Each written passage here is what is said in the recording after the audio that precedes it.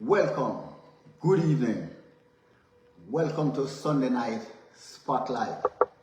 As usual on a Sunday night, we look at topical issues, we address social issues, and we use the Bible as usual to redirect and to correct. Tonight, we have a very interesting topic to examine, to place in the spotlight.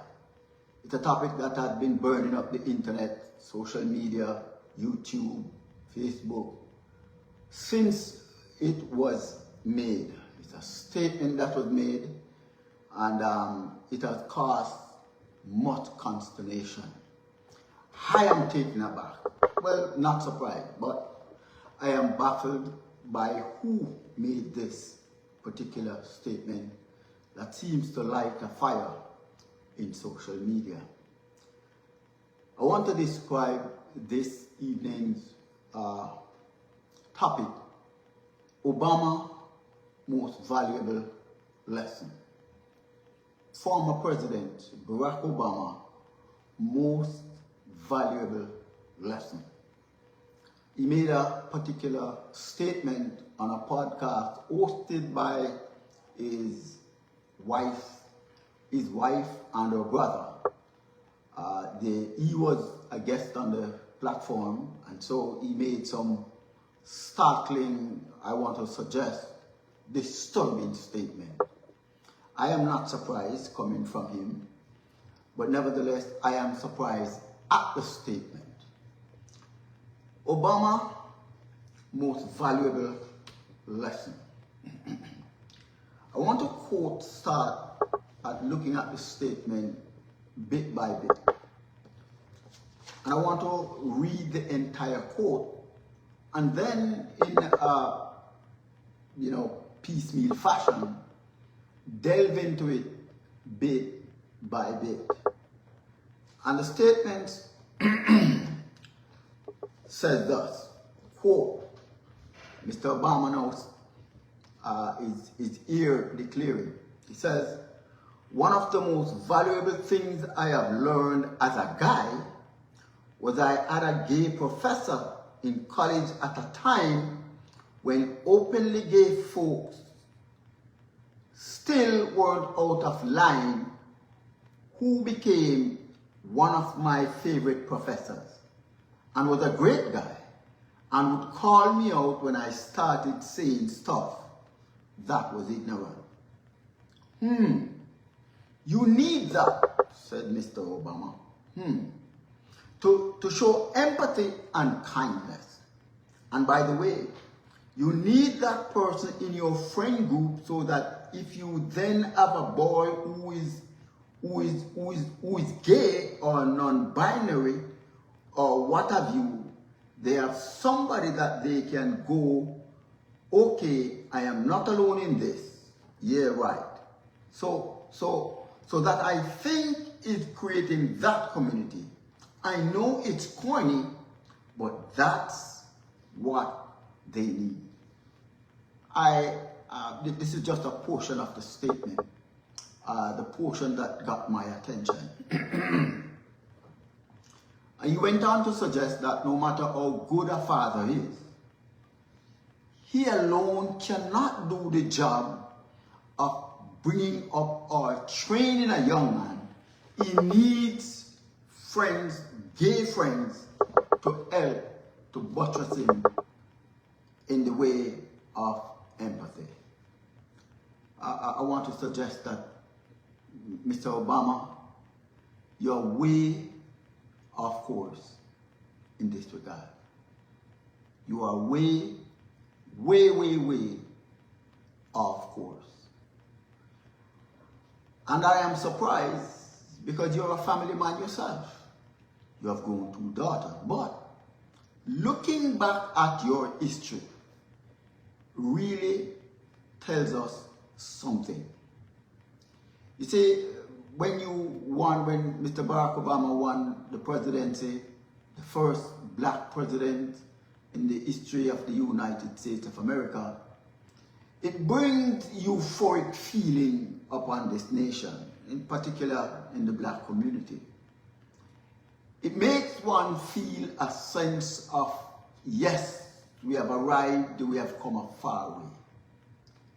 But I am taken aback as Mr. Obama presidency filters out.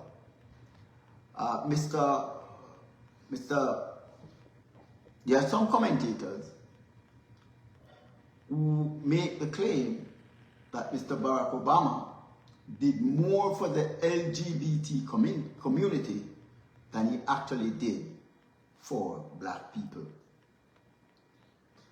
That's not my issue here tonight. My issue is the particular statement and the reference that no matter how good a father is, he alone cannot train a young man to become a man.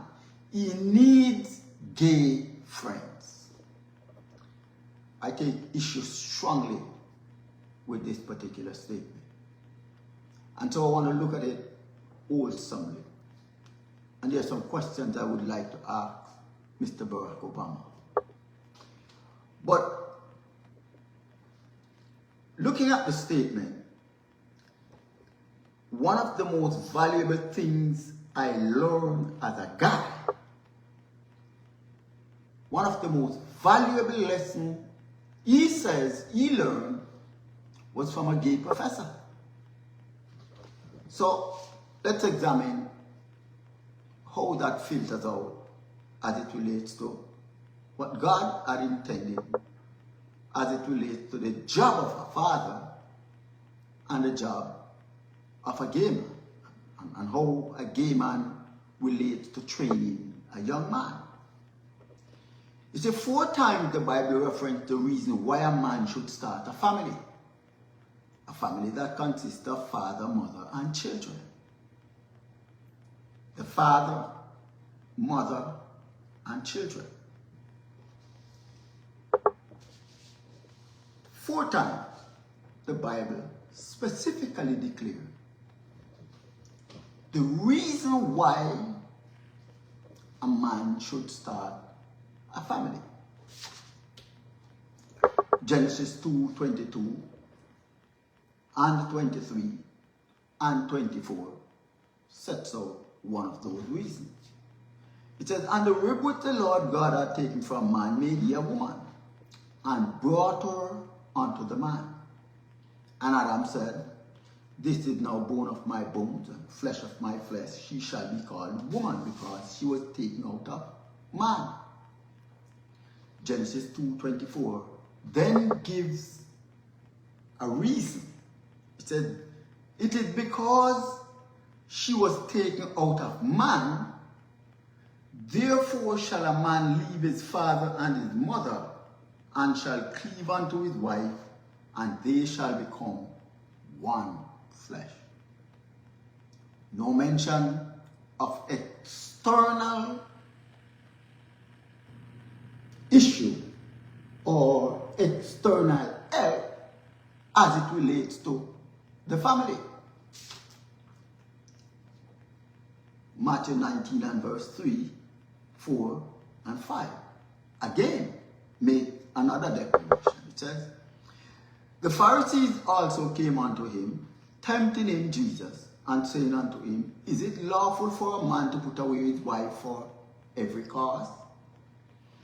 Matthew 19 verse 4 said, "And Jesus replied to them, and Jesus answered and said unto them, Have you not read that which he made them at the beginning, made them male and female? For this cause shall a man leave father and mother, and shall cleave unto his wife, and they twain shall become one flesh."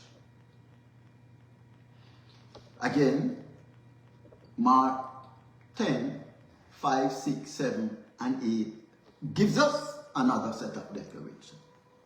And Jesus answered and said unto them, "For the hardness of your heart he wrote you this precept," and this precept here in the context of a divorce. So he's making the argument that it is because of the hardness of their heart, man's heart, why Moses wrote them a bill of divorcement.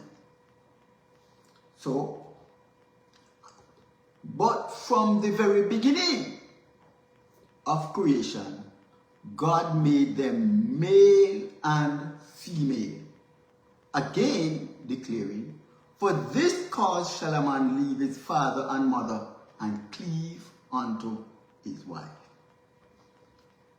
Ephesians 5:27, 28, 29, 30, and 31. Make also another declaration. Reading from verse 27, it says, "That he might present it to himself a glorious church, not having spot or wrinkle or any such thing, but that it should be holy, without blemish." So here again we see in this context, God is likening the church to a marriage institution. So he said, "So ought men to love their wives as their own bodies. He that loveth his wife loveth himself. For no man ever hated his own flesh, but nourished and cherished it, even as the Lord the church." Verse 30 says, "For we are members of his body, of his flesh, and of his bones. For this cause shall a man leave his father and mother, and shall be joined unto his wife, and they shall be one flesh." So when Mr. Barack Obama made the statement, one of the most valuable lessons learned as a guy was I had a gay professor in college at a time when it was not fashionable for openly gay folks. Mr. Obama then declared he was a great guy and would call me out when I started saying stuff that was ignorant. Now, what was the stuff that was ignorant Mr. Obama used to make? I put it to you that the stuff was he was in diametrically opposing, in disagreement with the homosexual lifestyle. Because the homosexual lifestyle goes contrary to everything that God has intended. Remember now, God gave 4 reasons why a man should cleave unto his wife. There are several reasons given for marriage between a man and a woman. Number 1, woman was taken from man. Israel was used to fashion a woman. A man is bequeathed with the responsibility to protect and provide for the family. From the beginning, the male was entrusted with the responsibility to be the lawmaker and had the spiritual responsibility of the family, suggesting that the outcome of the family, good or bad, entirely rests on the shoulder of the father or the husband. So for Mr. Barack Obama to suggest that no matter how good a father is, he alone can nurture a man, a young man into a man, he needs gay friends in his circle to help to mold him into a man. I am shocked and startled by this statement coming from an highly articulate and educated individual. But it gets worse. It gets worse. Mr. Barack Obama then went on to say, "You need that," suggesting that young men need that. That what? He needs the gay friend to teach him how to show empathy and kindness. Let me go over this one more time. You need that, referencing a son. You need a gay friend to teach you empathy, and kindness. You see, I am not surprised at this statement coming from Mr. Barack Obama. I am not surprised at all, given his history of exporting homosexuality all over the world, in Africa, in particular, in the Caribbean, and many other parts of the world. But what has surprised me, what has shocked me, is that Mr. Barack Obama is an articulate man to suggest that the God-ordained institution of marriage and the high priest of the home needs help, and help from a gay man to nurture and train his young man, his young son into a man. I think it's a bit over the edge. I think Mr. Obama has gone a step too far. You see, there was a time when, again, Mr. Obama made another heart-stopping statement. And I want to quote here. Barack Obama has stated that his daughters, Malaya and Sasha, played a role in his evolving views on gay marriage. During an interview in 2012, Obama mentioned that discussions around the kitchen table with his daughters, who are friends with same-sex parents, helped him see the issue differently. He noted that his daughters couldn't understand why their friends' parents would be treated differently under the law simply because they were in a same-sex relationship. He further explained that this difficulty in explaining differing treatment based on sexual orientation contributed to a change in perspective on the matter. So, as we see, Mr. Barack Obama has evolved 360 on the matter of homosexuality.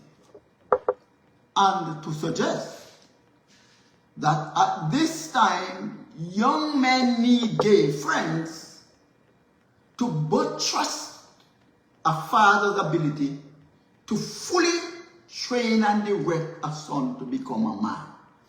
I am flabbergasted.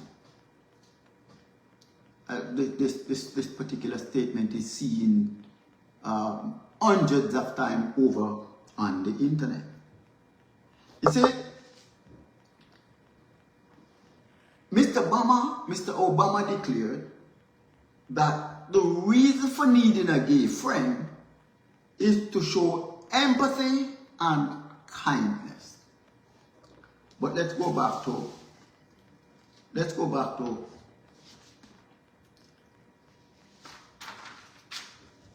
what God said in Genesis 2 and verse 22. And the rib which the Lord God had taken from man made he a woman and brought her unto the man. And it is because of that a man shall leave his mother and father and cleave unto his wife, and they twain shall become one. So let's take a deep dive into what are the ill effects of the homosexual lifestyle.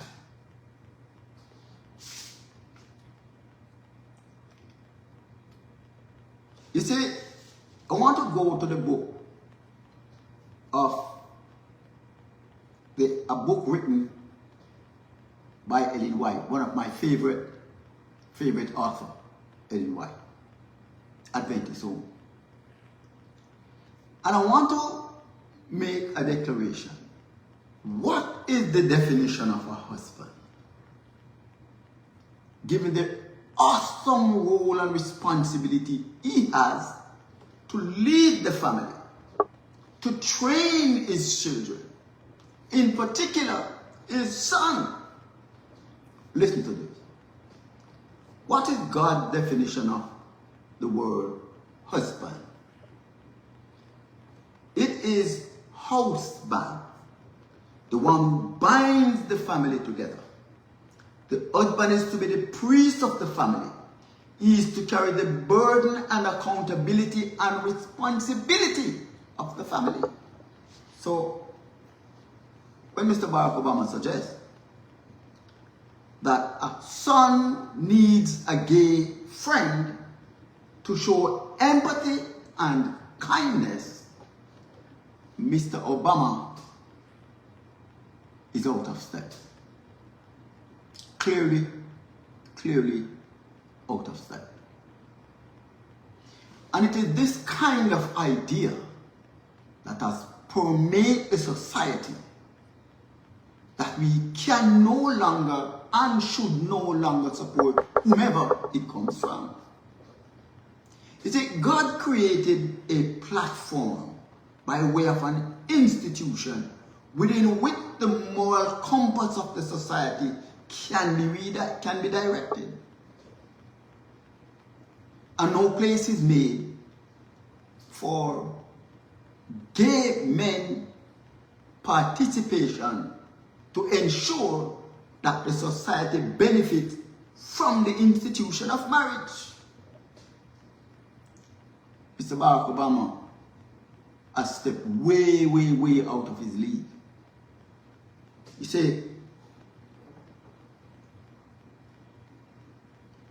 said and went further. And by the way, you need that person in your friend group so that if you have a boy who is gay or non-binary or what have you, you have somebody that they can go to. So when you have a son who is gay, non-binary, or when you have a son, he will benefit from, by way of association or otherwise, a gay friend and a non-binary son.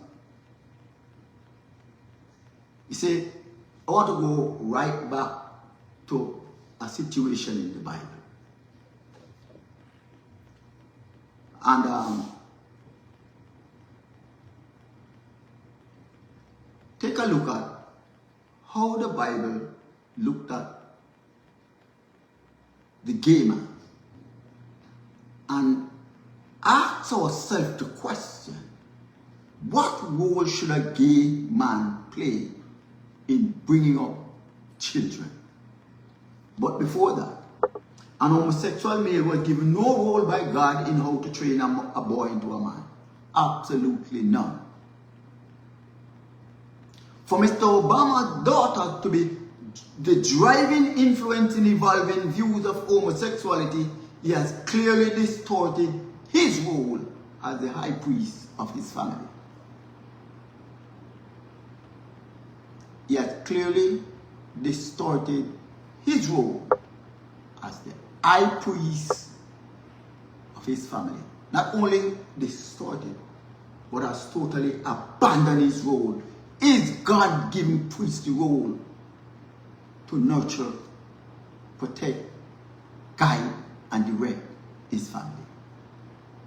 So, let's take a look at Genesis 19, 1 to 9.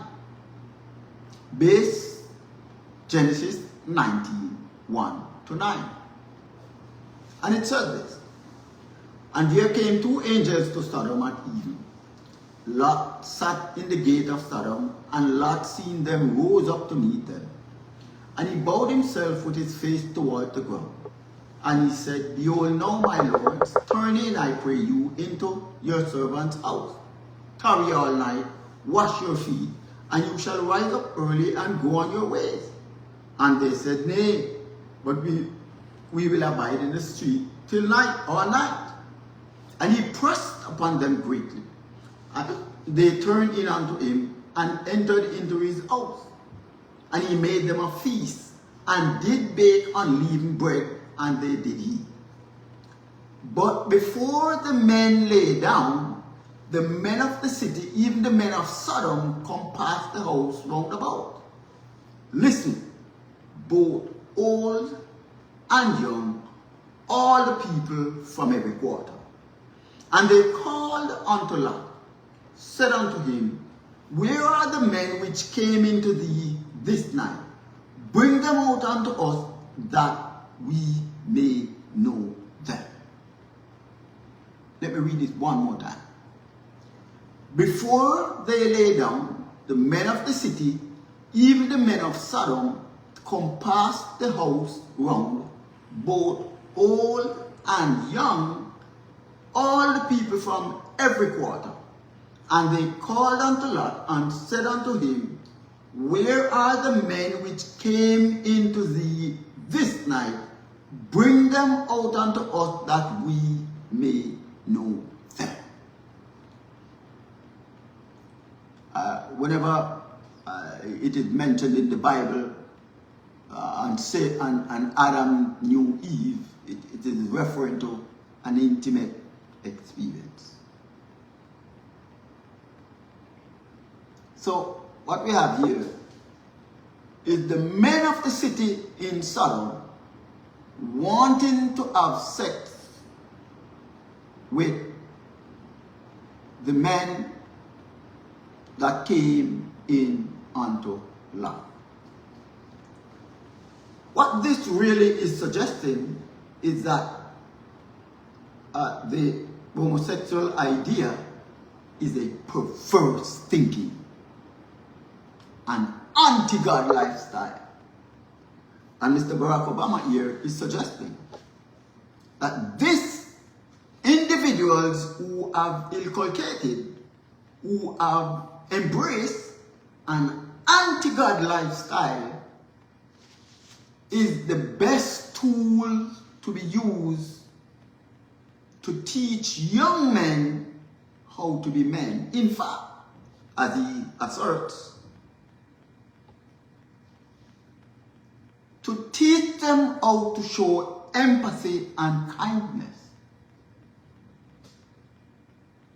I am baffled by where we are in the scheme of life, that a highly learned, articulate man would make such a daring presentation,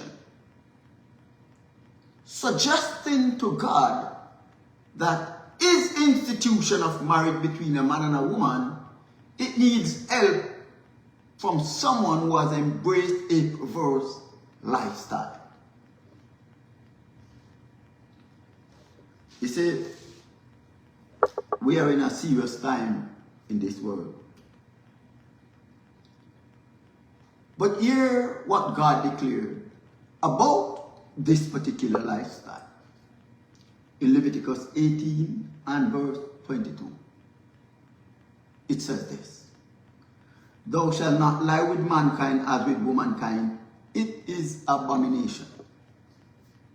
Leviticus 20 and verse 13 says, If a man also lie with mankind as he lied with a woman, both have committed an abomination. So Mr. Barack Obama is suggesting that people who embrace and act in an abominable fashion are the best fit to teach young men empathy and kindness.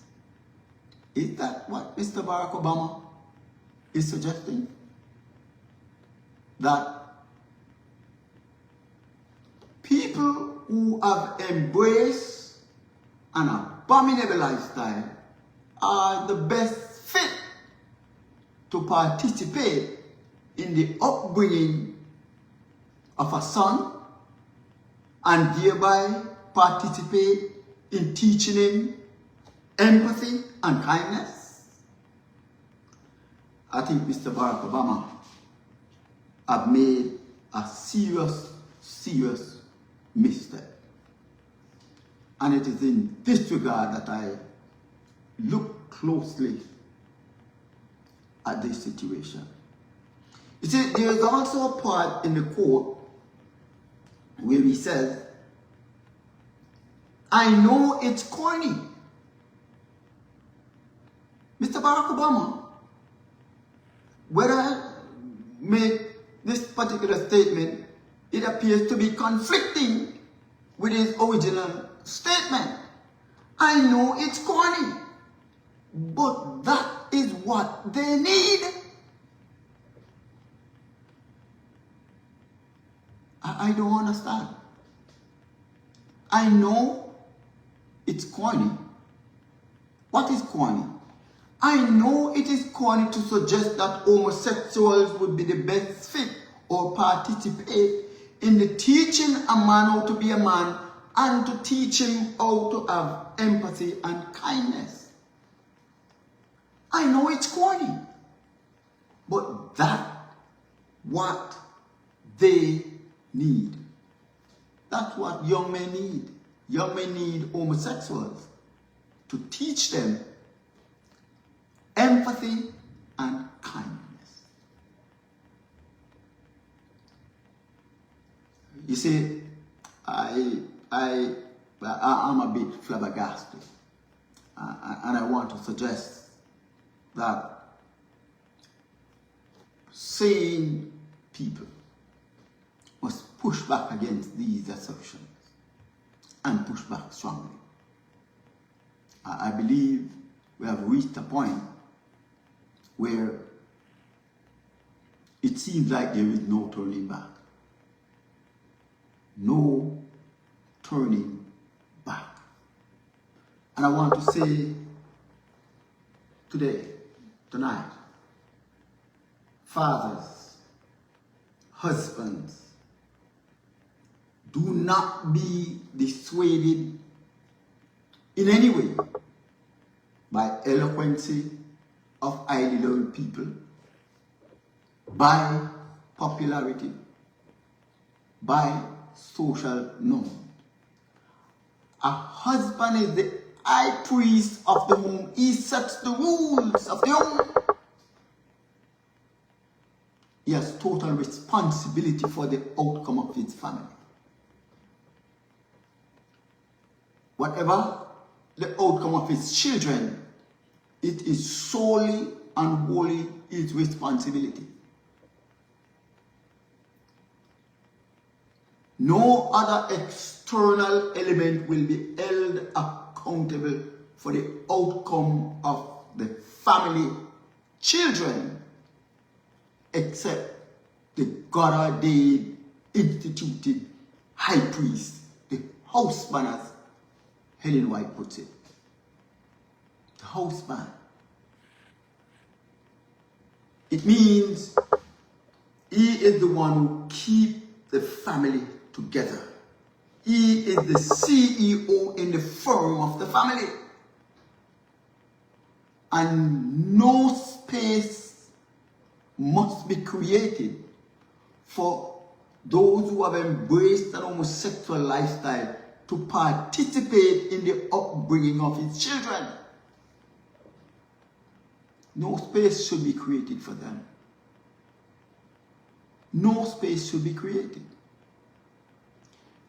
In closing, I want to suggest that these are issues that we will have to confront in this modern age. Some people refer to it as the woke age.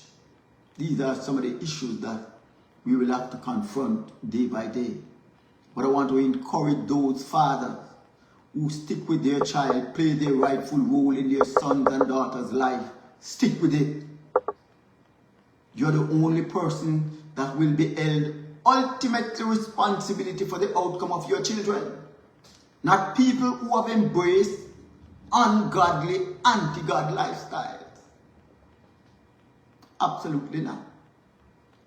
So, as Mr. Barack Obama suggests, I know it's corny, but that's what they need. That is not what they need, Mr. Barack Obama. That is not what they need. What they need is a father who stands supreme, reigns supreme, enforces discipline and order in the home. Not people who have crazy crazy mindset about human sexuality. I want to just go back to Genesis chapter 19. But before they lay down, the men of the city, even the men of Sodom, compassed the house round about, both old and young, all the people from every quarter. And they called unto Lot and said unto him, Where are the men which came into thee tonight? Bring them out to us that we may know them. These men in Sodom are perverted everything that God has stood for. And Mr. Barack Obama this statement suggests that he is front and center in distorting the will of God. There is no place for perverted individuals to participate in the rearing of children. None. Absolutely none. And so I want to suggest this afternoon that we take the high road, shield our children, in particular our young men, shield them from the negative influences that are around them. Shield them from this idea exposed by Mr. Barack Obama. That's what they need. They don't need that. Absolutely not. They don't need that. What they need is a father who will determine, dictate, enforce, strengthen, and build their character so they can manage this unconsecrated world, navigate this unconsecrated world. That's what our sons need. They don't need a gay friend to teach them how to show empathy and kindness. That's contrary to God's will. That's not necessary. It is the role of the mother to instill empathy by who she is, a mother and a female. It is her role to do that. And it is the father's role to be the enforcer and the disciplinarian, the guide and the instructor of the home. That's where the balance is. That's why God took a rib from Adam and made a woman. An homosexual who have engaged in this kind of distorted practice or has embraced these kind of ideas have no place in directing a family in the institution of marriage. None. No place. So in closing, I just want to encourage the fathers. I just want to encourage men. Play your rightful role in the child, in the life of your children, boy and girl. I want to also emphasize that only a father can teach a son how to be a man. Not someone who has embraced a corny kind of attitude as declared by Mr. Barack Obama. I know it's corny. It is corny to recommend that a gay man help to instruct and direct and shape the character of a son. But he then went on to emphasize that what they need. We're in a bad place, looking at things and seeing the outcome, seeing people of high stature, being a former president of the United States, very eloquent, highly learned, very articulate, suggesting that what sons need are gay men to teach them empathy and kindness. So I want to encourage the fathers. I want to encourage everyone. Be on the lookout. Guard your family. And let us do what needs to be done to ensure the institution of marriage functions in a way that it helps to advance and encourage and direct the moral compass and be the moral compass of the society that we live in. I want to say thank you for being here. Mark, Hill, blessings. Marjorie, blessings. I want to thank you for being here with me this evening on another episode of Sunday Night Spotlight. God bless. See you next week.